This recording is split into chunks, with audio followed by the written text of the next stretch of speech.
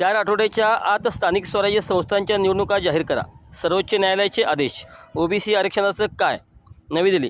गेल्या 2.5-3 वर्षापासून रखडलेल्या स्थानिक स्वराज्य संस्थांच्या निवडणुकाबाबत 4 आठवड्यात निर्णय घ्या असे स्पष्ट आदेश सर्वोच्च न्यायालयाने आज महाराष्ट्र राज्य निवडणूक आयोगाला दिले.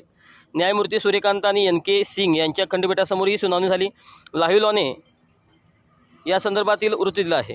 आयोगाच्या 222व्या अहवालापूर्वी महाराष्ट्रात अस्तित्वात असलेल्या कायद्यानुसार ओबीसी समाजाला आरक्षण देऊन या निवडणुका घेण्याचे आदेश देण्यात आले आहेत. तसेच येत्या 4 महिन्यात निवडणुका पार पडल्या पाहिजेत. योग्य परिस्थितीत कालावधी वाढवून दिला जाऊ शकतो असंही सर्वोच्च न्यायालयाने पुढे स्पष्ट केलं. सर्वोच्च न्यायालयाच्या या निकालामुळे मुंबईसह राज्यभरातील महापालिकांच्या निवडणुका लवकरच लागण्याची शक्यता आहे. गेल्या 2.5 ते 3 वर्षापासून या निवडणुका रखडल्या आहेत.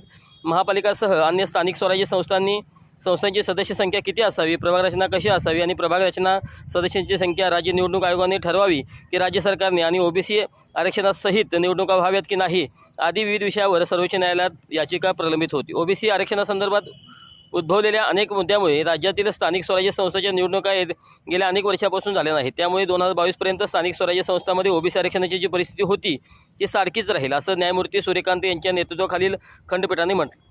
बांठी या आयोगाच्या अहवालात ओबीसींच्या जागा कमी केल्याचे म्हटले होते. त्यामुळे कोर्टाने 2022च्या आधी जी परिस्थिती होती त्यानुसार स्थानिक स्वराज्य संस्थांच्या निवडणुका घेण्याचे निर्देश कोर्टाने दिले आहेत. राज्य निवडणूक आयोगाला सप्टेंबर महिन्याच्या आतमध्ये निवडणुका घ्यायच्या आहेत.